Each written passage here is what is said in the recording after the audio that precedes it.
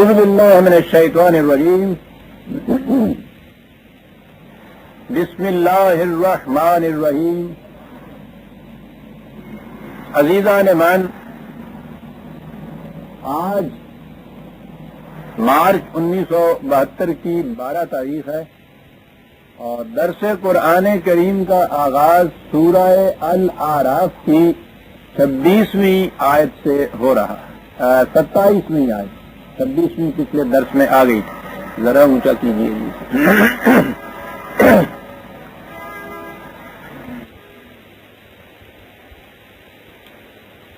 ربط مضمون کے لیے سابقہ آیات کو ذہن میں لانا چاہیے. آپ کو یاد ہوگا کہ بات یوں چلی آ رہی تھی کہ قرآن نے انسان کی عرضی زندگی کو قصہ آدم کے تمثیلی انداز میں بیان کیا. آدم کا قصہ خود آدمی کی روایت ہے اور اس میں بنیادی چیز یہ بتائی تھی کہ انسان زمین پہ آیا، اسے یہاں تمکن بھی دیا اور سامان معیشت بھی دیا. اسے دیا تو اس نے کیا کیا، یہ ہے جو کچھ بیان ہوتا چلا آ رہا تھا.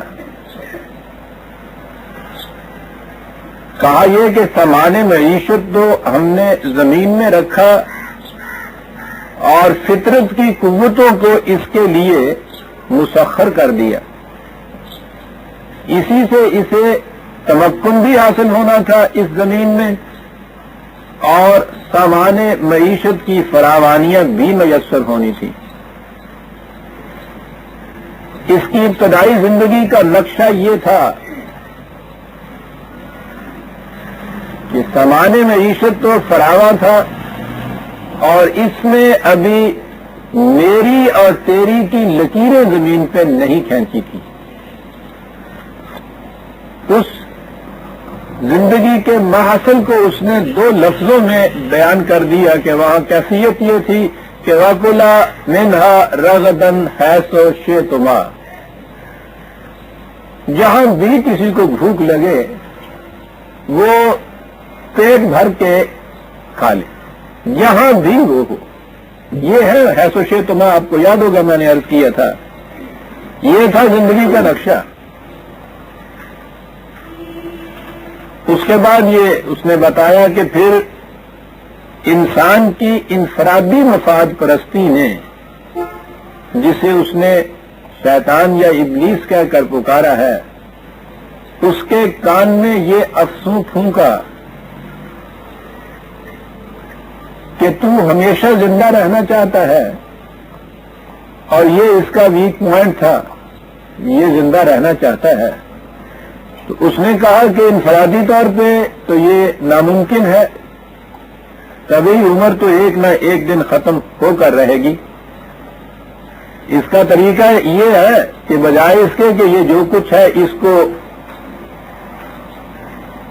عام مخلوق کے لیے کھلا رکھا جائے، تو زیادہ سے زیادہ اپنی ذات کے لیے سمیٹ مال کے ذریعے سے اور پھر اسے اپنی اولاد کے لیے مختص اور محدود کر دے.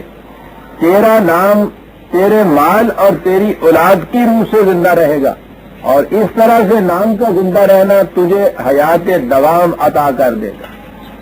یہ سحر اس کے کان میں پھونکا اور اس سے اس نے لکیریں کھینچنی شروع کر دی اس زمین پر. میری اور تیری کی تمیز شروع ہو گئی اور اس سے اس کے اندر گدے ہوئے جتنے جذبات تھے، جس قدر حسد، کینہ، رشک، نفرت، عداوت، یہ تمام جذبات ابھر کر اوپر آ گئے. اور وہ جو کہا گیا تھا کہ یہ زمین میں یفسد فیہا و یسفک الدماء، کہ یہ اس دنیا میں فساد انگیزیاں کرے گا، خون ریزیاں کرے گا، اس سے یہ چیز شروع ہو گئی.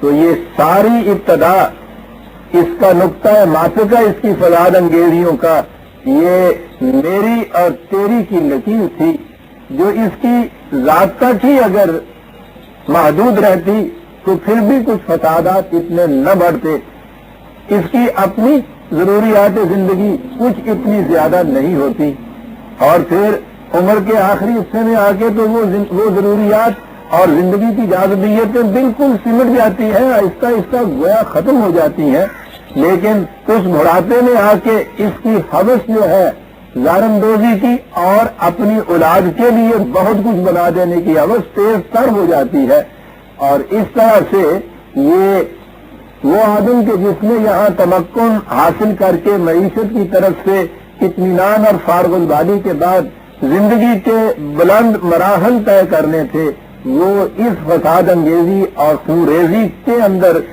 اس طرح سے الجھ کر رہ گیا کہ قرآن نے جو کہا ہے اسی صورت میں آگے آتا ہے کہ ہم چاہتے تھے کہ اس کو آسمان کی بلندیوں کی طرف لے جائیں، یہ بد نصیب زمین کی پستیوں کے ساتھ چمٹ کر رہ گیا۔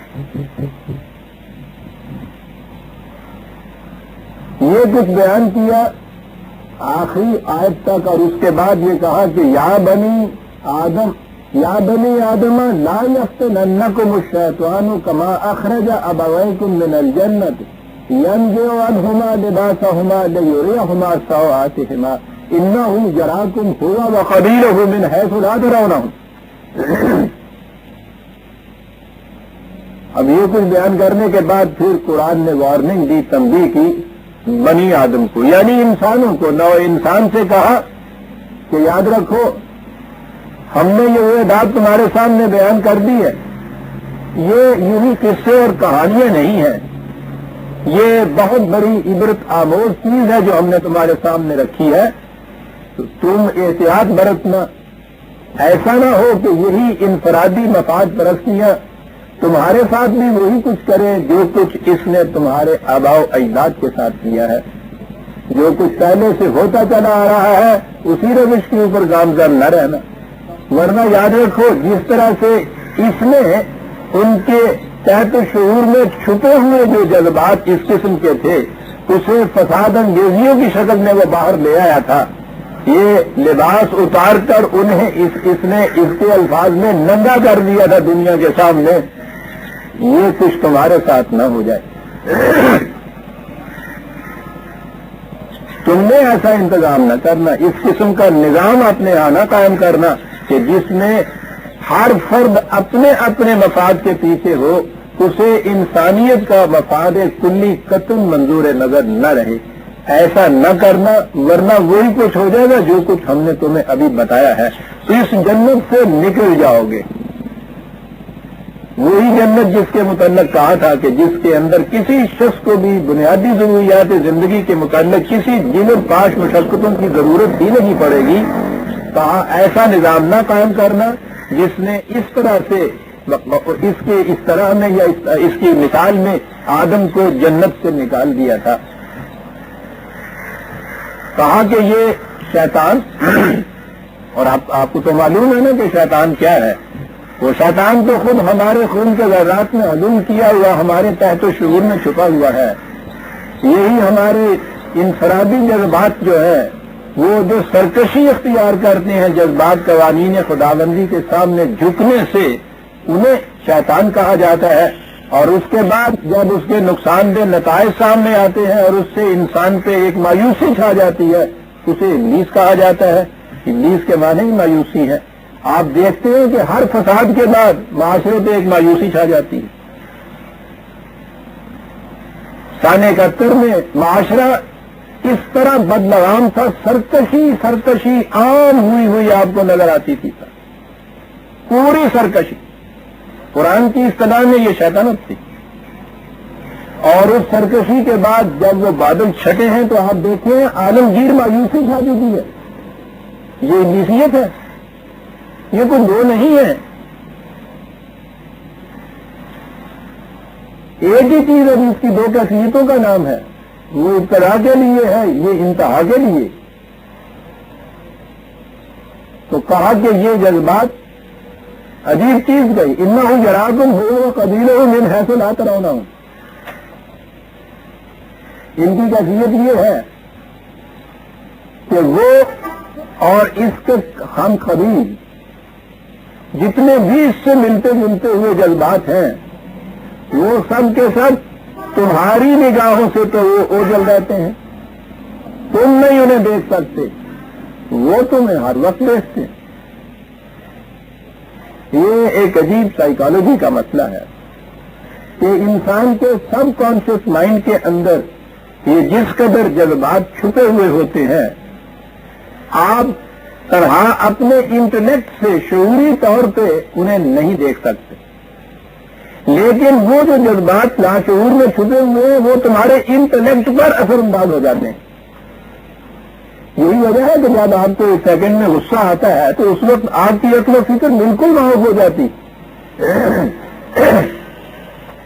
یعنی جسے ان کی اصطلاح میں ماسٹر آف دی ہاؤس کہا جاتا ہے، وہ شعور یا فکر نہیں ہوتا، یہ لاشعور میں چھپے ہوئے جو جذبات ہوتے ہیں یہ ہے ماسٹر آف دی ہاؤس، یہ غالب آتے ہیں۔ تو یہ جو چیز کہی کہ وہ تو ہر وقت تمہیں دیکھتے ہیں، تم انہیں نہیں دیکھ سکتے، تو اس قسم کا اگر دشمن ہو کہ وہ تمہیں نظر ہی نہ آئے، ہاتھ میں چھپا بیٹھا ہو اور چھپا بھی باہر کہیں جھاڑیوں میں نہ ہو، تمہارے قلم کی گہرائیوں کے اندر چھپا ہوا ہو اور تم اسے نہ دیکھ سکو،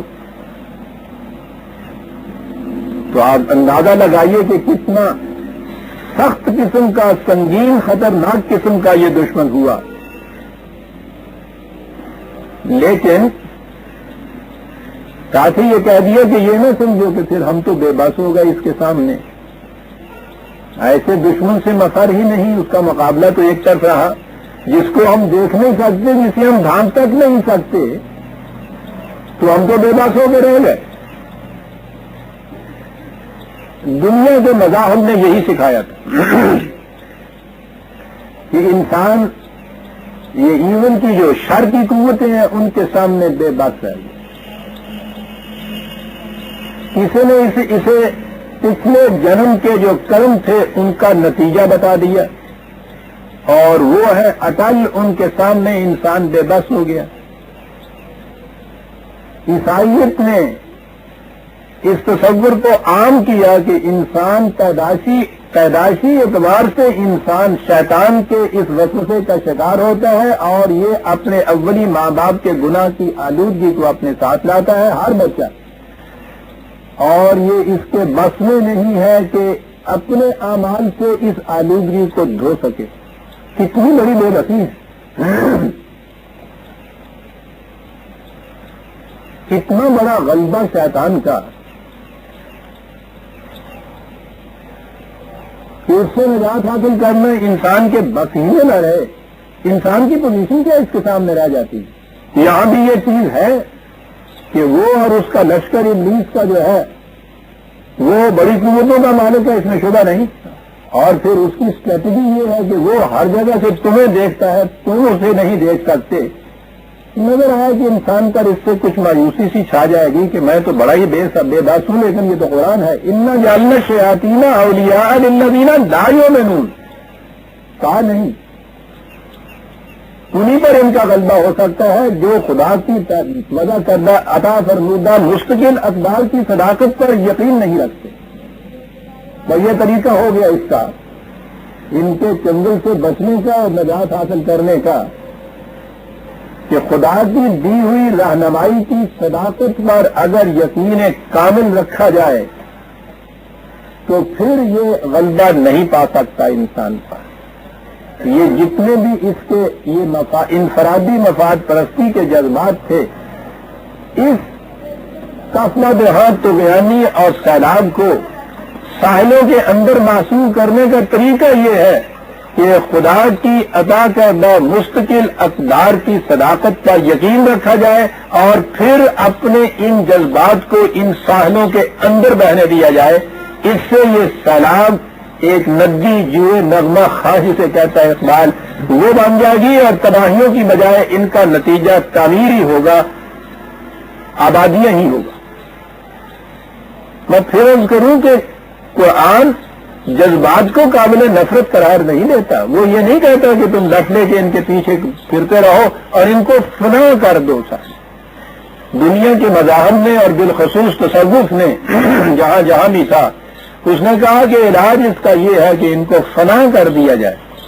قرآن کہتا ہے کہ اس کو تو مہلت دی گئی ہے. اس کے الفاظ جو ہے تمثیلی بڑے غیر توجہ کے محتاج ہیں کہ ان کو فنا نہیں کیا جا سکتا. وہ تو ہم نے ان کو مہلت دی ہوئی ہے قیامت تک. اس کو تم فنا کیسے کر سکتے؟ جذبات کو فنا کیا ہی نہیں جا سکتا.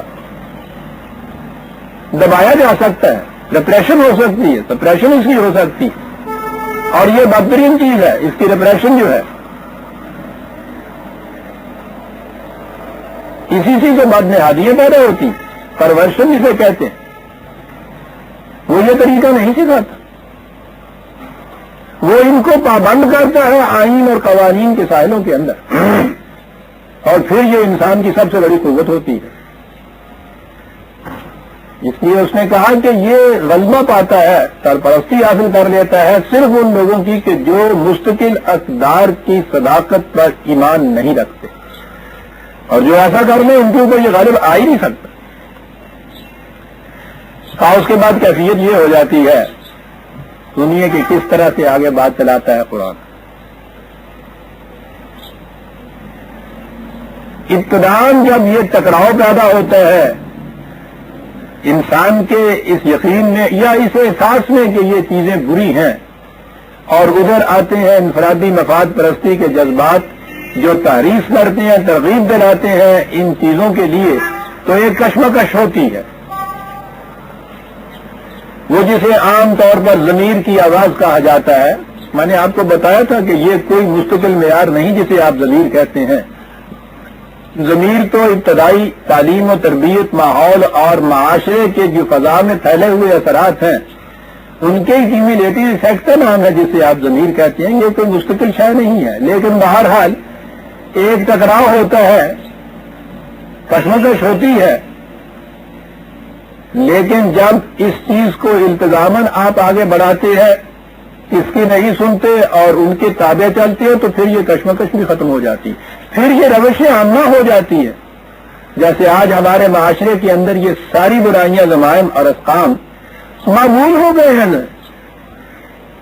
وہ کوئی کھٹک ہی نہیں رہی, کسی قسم کی کسر ہی نہیں رہی. یہ پہلی نسل کے ساتھ ہوتا ہے, اور جب یہ 2-4 نسلوں تک مسلسل متواتر آگے چلتا ہے تو یہ چیز ایک تو تسلسل کی وجہ سے تربیت اس طرح کنٹینیوٹی ہو جاتی ہے اس کی کہ آنے والی نسلیں از خود ان برائیوں کے اندر ان بھی پیدا ہوتی ہیں. ابتدائی تربیت کی وجہ سے, پیدائش کی بنا پہ نہیں. اور اس کے بعد 2-4 نسلوں کے بعد یہ ہر روش جو ہے اس کے لیے اسلاف کی سند حاصل ہو جاتی ہے. کسی سے پوچھئے کہ تم یہ کیوں کرتے ہو بھائی, تو وہ کہتے ہیں کہ صاحب یہ اسلاف سے ہوتا چلا آیا ہمارے یہاں, سلف صالحین کی روش جو ہے اس پہ چلنا, یہ ہے صحیح زندگی کا طریقہ. اب یہی جو آپ کے ہاں پہلے دن کا ایک عیب تھا, 2-4 نسلوں کے بعد وہ سب سے بڑا ہنر ہو جاتا ہے, نیکی کا کام ہو جاتا ہے, اور یہ سند بن جاتا ہے آپ کی روش کے لیے. آپ نے کبھی غور کیا کہ یہ چیز ابلیسی کیوں ہے؟ آپ نے دیکھا نا پچھلی 2-1 درس کے پہلے کہ اس معصیت کے متعلق جب آدم سے پوچھا گیا کہ تم نے سے سرکشی کیوں کی, تو اس نے کہا کہ ربنا ظلمنا انفسنا, ٹھیک ہے مجھ سے زیادتی ہوئی, میں اس کا ذمہ دار ہوں, میں اس کا اعتراف کرتا ہوں, میں ایکسپٹ کرتا ہوں اس چیز کو کہ مجھ سے غلطی ہوئی, میں اپنی ذمہ داری کو اپنے سر پہ لیتا ہوں. اس نے کہا کہ ہاں ٹھیک ہے, تم نے اگر اس ذمہ داری کو قبول کیا ہے, تمہیں اس کا احساس ہو گیا ہے, تو تمہارے اندر باز آفرینی کی کا امکان ہے, تمہاری صلاح ہو سکتی ہے اصلاح. اور جب اس سے پوچھا ابلیس سے کہ تو نے یہ کیوں کیا, تو اس نے کہا کہ صاحب میں تو مجبور ہوں, تیرے حکم کے بغیر تو پتہ نہیں ہل سکتا, میں کون ہوتا ہوں معصیت کرنے کے لیے, تیری مشیت ہی ایسی تھی, یہ تقدیر کا پابند اس نے اپنے, یعنی اس نے ذمہ داری قبول نہیں کی. یہ ہے راہ اصل، ذمہ داری قبول نہ کی جائے۔ اور آپ کو معلوم ہے کہ جب آپ کہتے ہیں کہ صاحب ہم تو سلف صالحین کی روش پہ چلتے ہیں، تو آپ اپنے اس اختیار اور فعل کی ذمہ داری قبول نہیں کرتے، ذمہ داری ان پہ ڈال دیتے ہیں جنہوں نے ابتدا کی چیز کی، کہ صاحب ہم تو ان کی روش پہ چلتے ہیں۔ یعنی یہ مکاری ہے، یہ فریب نفس ہے، یہ بدماشی ہے اس کی۔ لیکن آپ نے دیکھا ہے کہ اپنی اس مکاری کو کتنے حسین پردوں میں چھپاتا ہے، اسلاف کی روش، پھر وہ سلف کے ساتھ صالحین میں لایا تو پھر تو پوچھو ہی نہ کہ روش کتنی خود صالح ہو گئی۔ اس کی پہلا نقطہ یہ ہے کہ یہ شخص جو ہے اگر یہ کہے کہ میں نے اب خود اس کو دیکھ بھال کر سمجھ سوچ کر اپنے اختیار و ارادے سے اس کو اختیار کیا ہے، تو پھر تو آپ اس کا ثبوت مانگیں گے، اس سے دلیل مانگیں گے، سند مانگیں گے، وجوہات طلب کریں گے، پھر اس کو اپنی ڈیفینس پیش کرنی ہوگی۔ تو یہ تو مشکل کام ہے نا، ذرا ذمہ داری قبول کی اور یہ سب کچھ کرنا پڑا۔ اور اگر یہ کیا کہ صاحب میں نہیں جانتا، اسلاف کے ہاں سے متواتر اور متوارث یہ ہمارے ہاں عقیدہ چلا آ رہا ہے، اور سلف صالحین کی روش تو آپ جانتے ہیں بڑی مقدس اور نیک ہے، تو انہوں نے کہا کہ صاحب یہ ہے نا کہ مثلا قرآن یہ کہتا ہے، یہ وہ صاحب وہ ہم سے زیادہ اور تم سے زیادہ قرآن سمجھتے تھے، یعنی نہ خود سمجھنے کی ذمہ داری لی، نہ اس سے بات کرنے کی ذمہ داری لی، ساری ذمہ داری اٹھائی اور اس کے سر پہ رکھ۔ یہ ہے اس کی پہلا نقطہ، یہ جو آپ اسلاف کی پیروی کہتے ہیں، جسے آپ تقلید کہتے ہیں، تقلید تو ہے ہی شرف انسانیت کے خلاف۔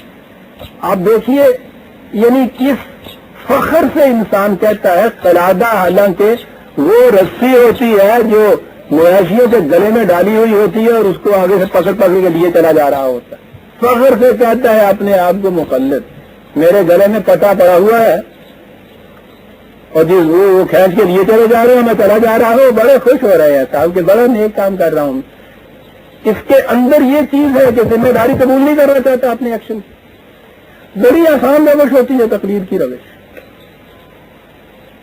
کرتے چلے جائیے، کوئی متو نہیں کر سکتے، بلکہ جتنا زیادہ آپ سلف صالحین کے روش کے پابند سختی سے ہوں گے، اتنے ہی زیادہ آپ مقدس پرہیزگار اور نیکوکار شمار ہوں، قدم بقدم ان کے ہاں چلنے والے۔ قرآن کہتا ہے اذا فعلوا فاحشۃ قالوا وجدنا علیہا آباءنا، واہ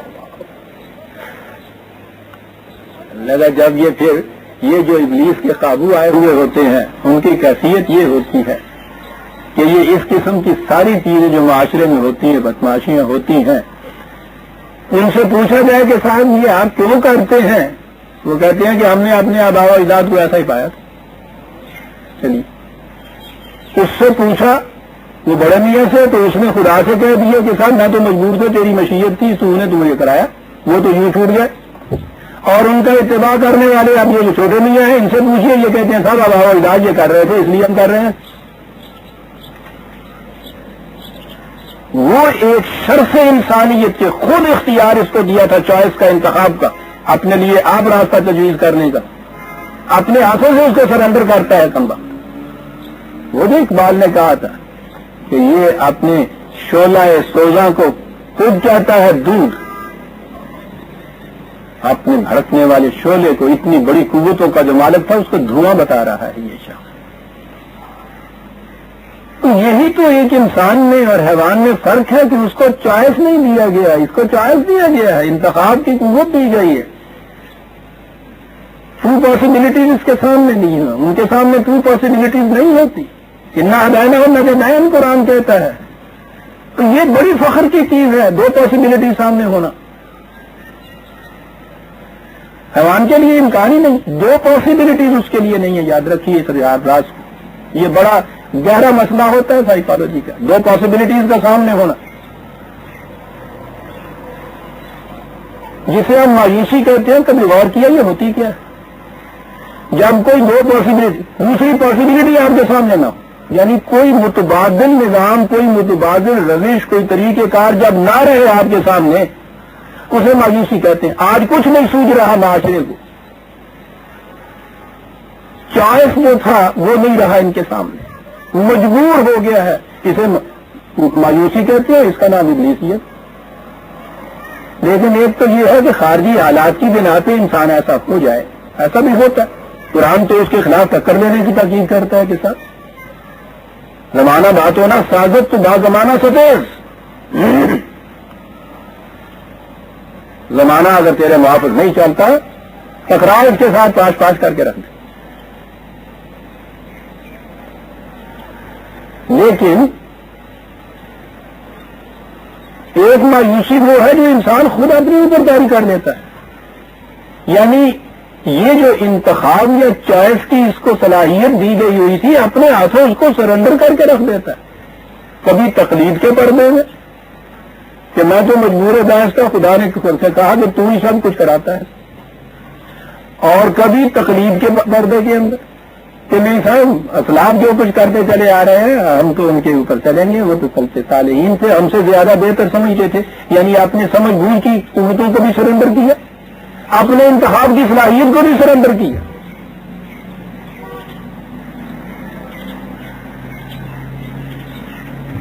وجدنا علیہ آبان, کہا کہ بھائی چلنا تو چاہیے خدا کی دی ہوئی ہدایت کے اوپر, جو اس نے کہا ہے. واللہ ہمارا نہ دیا, وہ کہا کہ یہ براہ راست تو ہم نہ صحیح, ہمارے اسلاف نے جو کیا تھا وہ تو خدا کے حکم کی ہدایت کی ہوگی نا انہوں نے. یعنی وہاں ان کے متعلق یہ چیز ہے, اور اس طرح سے پھر سمجھ لیجئے کہ بالواسطہ ہمیں بھی خدا نے یہ کہا. انہوں نے خدا کے احکام کا اتباع کیا ہوگا نا بھائی,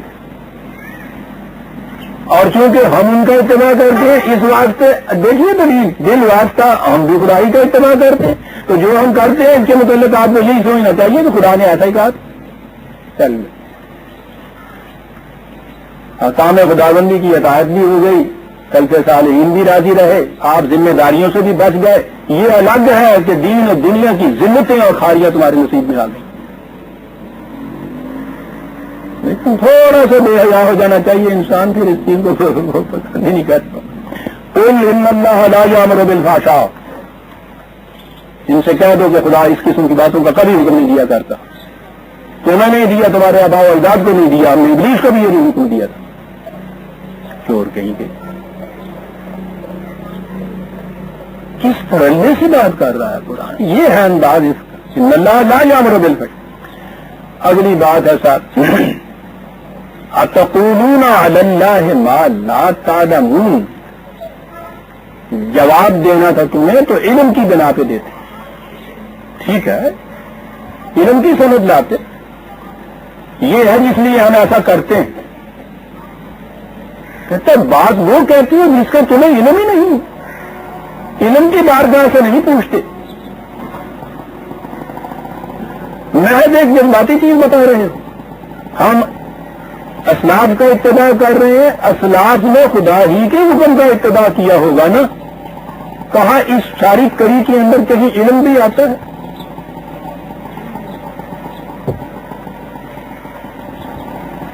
اب یہاں سے پتا چلا کہ آپ جو کچھ بھی کرتے ہیں آپ کو اس کا جواب دینا ہوگا خود علم کی بنا پر.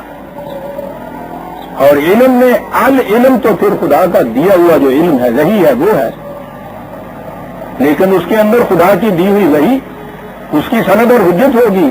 اور اس کے بعد آپ علم کی روح سے دلائل دیں گے, شواہد پیش کریں گے, ڈیفینس اپنی پیش کریں گے.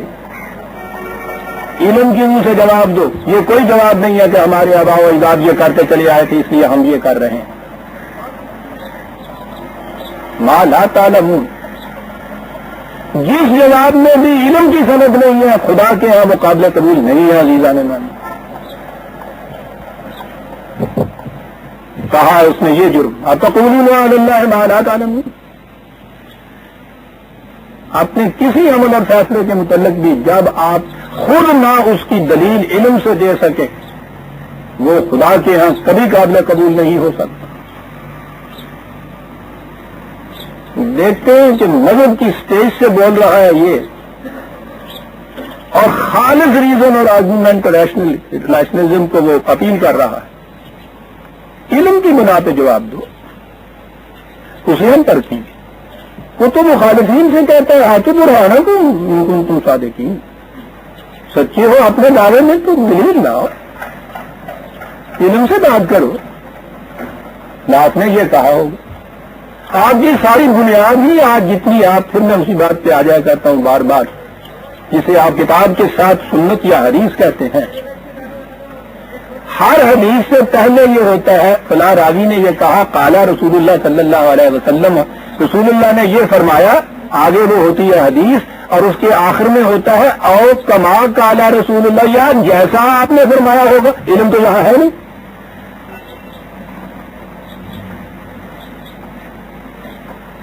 علم ہے قال اللہ تعالی، اس کے بعد قرآن کی آیت، اس کے بعد آپ یہ نہیں کہتے او کما قال اللہ تعالی۔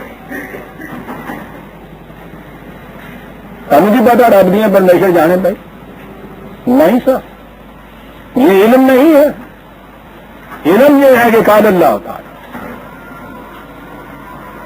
اور مذہب کی دنیا میں علم اسی لیے نہیں رہتا، دنیا میں جتنے بھی مذاہب ہیں عزیزان امان، کوئی مذہب اپنی کسی مبینہ آسمانی کتاب کے متعلق یہ نہیں کہہ سکتا کہ میں حتمی اور یقینی طور پہ کہتا ہوں کہ یہ خدا کا کہا ہوا ہے۔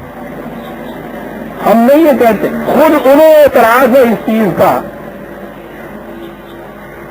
کہ ہم نہیں یہ کہہ سکتے، ان کے ہاں اسلاف سے وہ چیزیں آئی ہوئی۔ اس آسمان کے نیچے صرف یہ ایک کتاب ہے جو حرفن وہی ہے کہ جو اس کے رسول نے ہمیں دی۔ یہاں تک وہ بات ہے، رسول کی رسالت پہ ایمان کی اس لیے ضرورت ہے کہ یہ ماننا پڑتا ہے کہ رسول کے اپنی فکر کا تراشیدہ یا وضع کردہ یہ نہیں تھا، خدا کی طرف سے اسے ملا تھا۔ اتنی چیز تو ہے اس میں یہ جو آتی ہے۔ اس کے بعد آپ حتمی یقینی طور پہ کہہ سکتے ہیں کہ اس معاملے میں خدا نے یہ کہا ہے اور خدا نے یہ نہیں کہا۔ یہ ہے علم کی جواب۔ تو اس نے یہ کہا کہ اتقولون علی اللہ ما لا تعلمون، وہ کہتے ہو کہ جس کا علم کی بارگاہ سے تمہیں اس کا جواب نہیں مل سکتا، یہ بات کہتے ہو تم خدا کے متعلق۔ تو وہ یہ بات کبھی بھی سند اور حجت نہیں ہو سکتی کہ جو علم کی بنا پہ نہ کہی جائے۔ قل امر ربی بالقسط، آؤ ہم تمہیں بتائیں خدا نے کیا جواب دیا تھا۔ اس میں ایک بیلنسڈ لائف جسے کہتے ہیں، قسط یہاں لفظ عجیب آیا ہے اس کے متعلق۔ عام طور پہ تو یہ کہا جاتا نا کہ صاحب وہ اعتدال کی زندگی ٹھیک ہے، اور جو آپ کو یاد ہے میں نے پہلے بھی یہ کبھی آیا تھا، اعتدال کے عام معنی لیے جاتے ہیں کہ نہ ادھر کی نہ ادھر کی، بین بین، یعنی نہ سچ بولنا چاہیے نہ بالکل جھوٹ بولنا چاہیے، بین بین چلنا چاہیے، نہ دیانتدار بننا چاہیے نہ بددیانت ہونا چاہیے، بین بین چلنا چاہیے، نہ انصاف کرنا چاہیے نہ ظلم کرنا چاہیے، بین بین چلنا چاہیے، تھوڑا سا وہ تھوڑا سا وہ، یہ زندگی ملازہ فرماؤ۔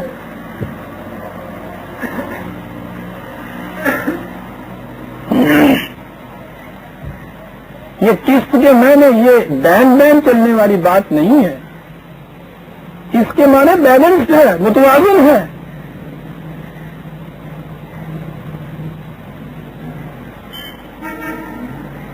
لیکن توازن جو ہے وہ تو وزن سے ہے، اور وزن کا تو ایک معیار ہونا چاہیے، اور وہ جو باٹ ہیں آپ کے وزن کے وہ اگر غیر متبدل نہیں ہے، ایک دکاندار کے ایک قسم کا دوسرے کے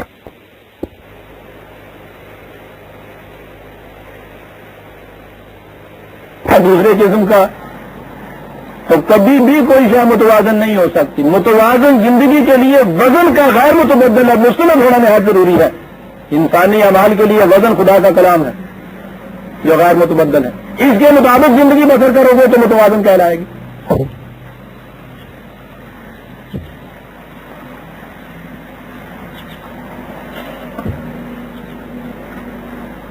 وہ جو ڈاکٹر کا پرسکرپشن ہوتا ہے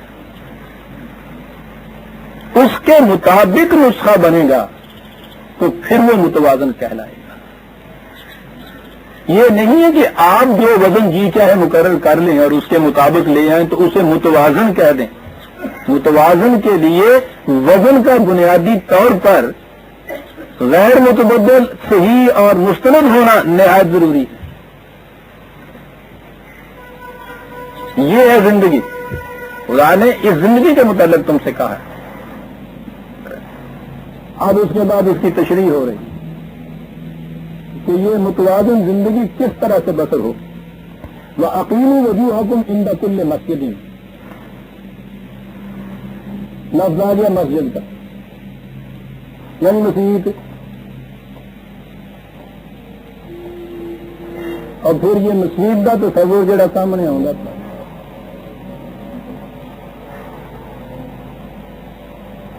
اقیموا وجوہکم عند کل مسجد.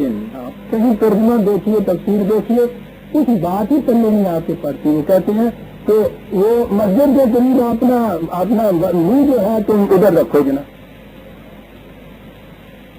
ہر ویلے نہیں مسجد پر رکھا کرو.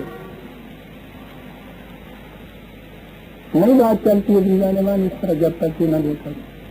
دو چیزیں یاد رکھیے اس کی. قرآن کریم نے سجدہ یہاں کہا ہے. عربی لغت کے اعتبار سے بھی، قرآن کے استعمال کے اعتبار سے بھی اس کے معنی ہے قوانین خداوندی کے سامنے جھک جانا اور کمپلیٹ سرنڈر. جو شکلیں ہیں نا، اس کو رکوع ہے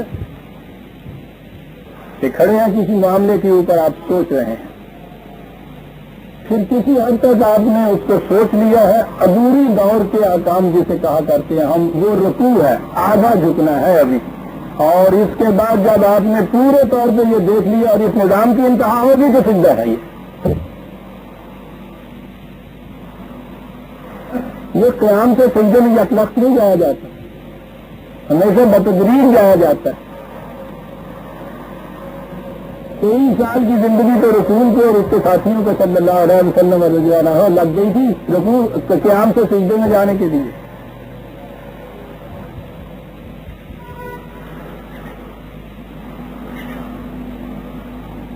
سجدے کی حالت جو ہے یہ ہے اس نظام کی انتہائی شکل آخری. اور اس نظام کے لیے جہاں جہاں بھی جو کچھ ہو رہا ہوگا اس طرف جانے کے لیے، جہاں ہو رہا ہوگا، اگر عربی قاعدے کی روح سے اسے ظرف کہتے ہیں تو جس جگہ ہو رہا ہوگا وہ مسجد ہوگی. آپ کا پارلیمنٹری ہال مسجد ہوگا. اسلامی حکومت کا، میں اسلامی مملکت کا کہہ رہا ہوں، قومی مملکت کا، اس کا سیکریٹریٹ مسجد ہوگا، اس کا ایوان صدارت سیکرٹ مسجد ہوگا، اس کا اسمبلی ہال مسجد ہوگا، اس کی مشاورت کا ہر گوشہ مسجد ہوگا، میدان جنگ میں مسجد ہوگا. اس لیے کہ یہ جتنے مقام کہہ لیجیے ان کو، یا جتنے بھی مظاہر ہیں، یہ قوانین خداوندی کے سامنے جھکنے، اس کی اطاعت کرنے کے لیے یہ چیزیں.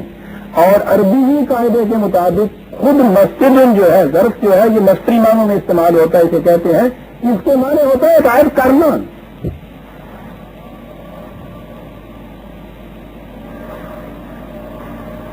کہا کہ اس کے لیے یہ جو ہم نے کہا ہے کس کی ایک متوازن زندگی بسر کرو، اس کے لیے پہلی چیز تو یہ ہے اقیموا وجوہکم. وجوہ کے معنی تو چہرہ تو کہا جاتا ہے، لیکن کبھی ان کا ذہن ادھر نہیں جاتا کہ ہم توجہ بھی تو وہاں ہی تو یہ لفظ ہے.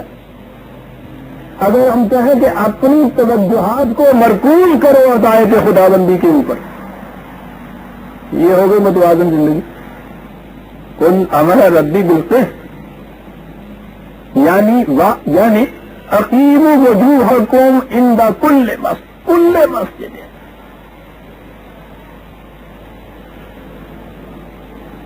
زندگی کا ہر قدم، ہر سانس جہاں اطاعت خداوندی ہے، اپنی ساری توجہات کا رخ کنسنٹریٹ کرو اس چیز کے اوپر. تو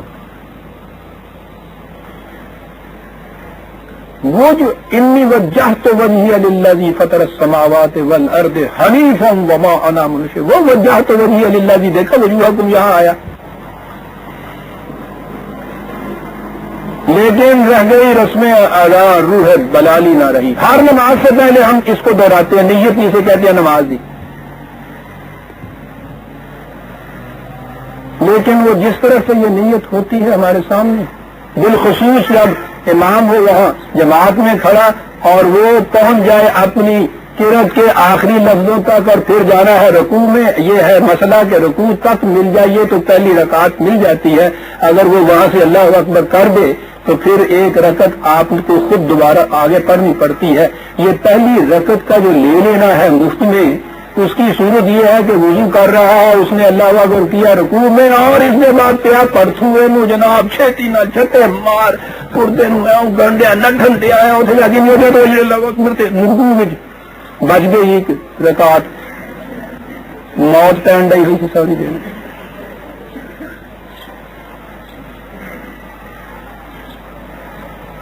وضو بھی ضروری، اوتھے بھی ضروری، نیت دے لفظ بھی ضروری، رکوع ملنا بھی ضروری.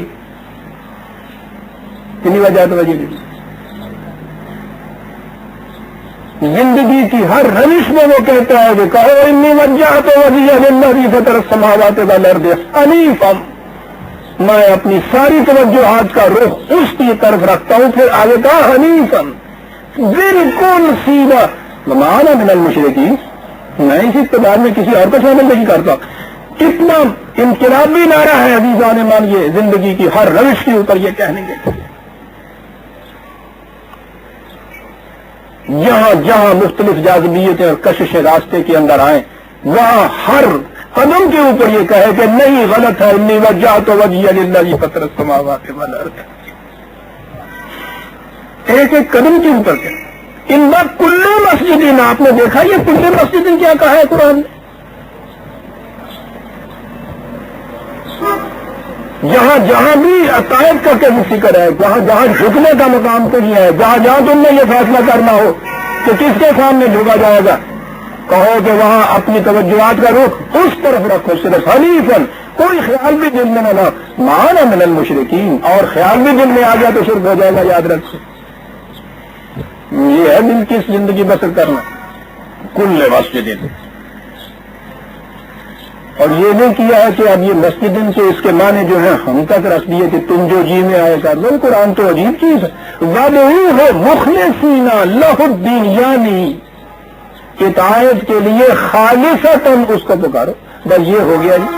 توجہات کا رخ ہر مسجد کے قریب رکھو، جسے کہا پہلی آیت میں، وہ معنی ہو گیا وَادْعُوهُ مُخْلِصِينَ لَهُ الدِّينَ، اطاعت کو خالص اس کے لیے کرتے ہوئے،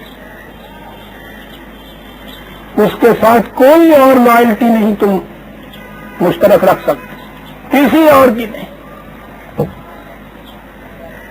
اسلام میں تو نہ تخت اور تاج، نہ جمہوریت، نہ پارلیمنٹ، کسی کے ساتھ لائلٹی نہیں. لہ الدین، مخلصین لہ الدین، الدین کے معنی لائلٹی،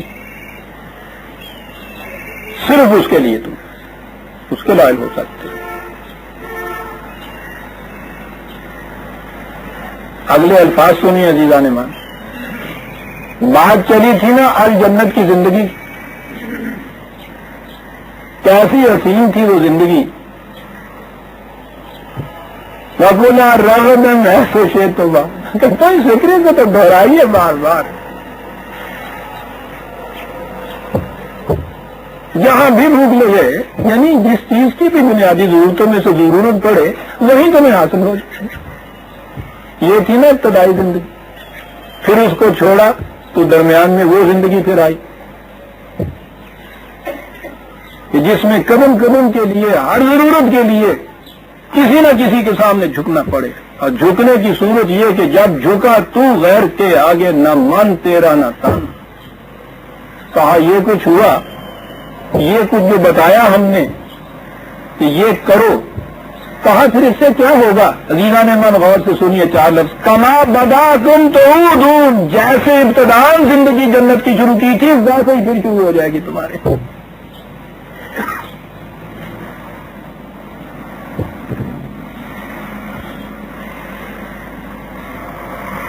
وہ پیراڈائز لاسٹ ہے نا پہلی چیز تو. پھر اگلی کتاب اس کی گیٹی کی، اس کی ملٹن کی. پیراڈائز ٹھیک ہے، ساری زندگی یہی ہے نا کہ وہ جو لاسٹ پیراڈائس ہے وہ کسی طرح سے مل جائے، یہی کچھ چاہتے ہو نا. اور پہلی زندگی خود اس نے بتا دی کہ یہ تھی. کہا یہ کرو تم تو ہوگا اس کا یہ کما بداکم تعودون. جیسے ابتدائی زندگی تمہاری پہلی تھی جو ہم نے بتائی ہے، تعودون پلٹ کے وہیں چلے جاؤ گے اس زندگی کی طرف پلٹ کر. یہی چاہتے ہو نا کہ جنت مل جائے، جنت کی زندگی مل جائے. ہم نے بتا دیا وہ کیا تھی. یہ کرو گے تو جیسی ابتدائی زندگی تھی پلٹ کے ویسی ہی زندگی تمہیں مل جائے گی. دیکھا جیوا نے من یہ قصہ آدم کیا چیز ہے، پوری داستان ہے ہماری. اور اس کے بعد پورا نظام ہے کہ پھر سے وہ فردوس گمگشتہ کی بازیابی کیسے ہو سکے گی. کما بداکم تعودون. لیکن کہا اور مشکل رہا یہ ہوگی انسانوں کے اندر کہ فریقاً ہدا و فریقاً حق علیہم الضلالۃ. ان میں سے ایک گروہ تو ٹھیک اس راستے کی طرف چلے گا، دوسرا گروہ وہ بھی ہوگا کہ جو دوسرے راستے کے اوپر چل جائے گا، ان کی کوششیں ضائع ہو جائیں گی. یہ دوسرا گروہ کون سا ہے؟ انا ہم اتخذوا الشیاطین اولیاء من دون اللہ. یہ وہ ہیں کہ جنہوں نے وہی جو اپنے انفرادی مفاد پرستیوں کے جذبات، سرکش جذبات جو تھے ان کو اپنا رہنما بنا دیا، انہیں اپنا انہوں نے فریق رفیق کار بنایا، انہوں نے سرپرست بنایا. اس کے اتباع میں یہ چلے. یہ دوسرا فریق وہ ہے یہ جو کرے گا. اب ان میں بھی ایک بڑی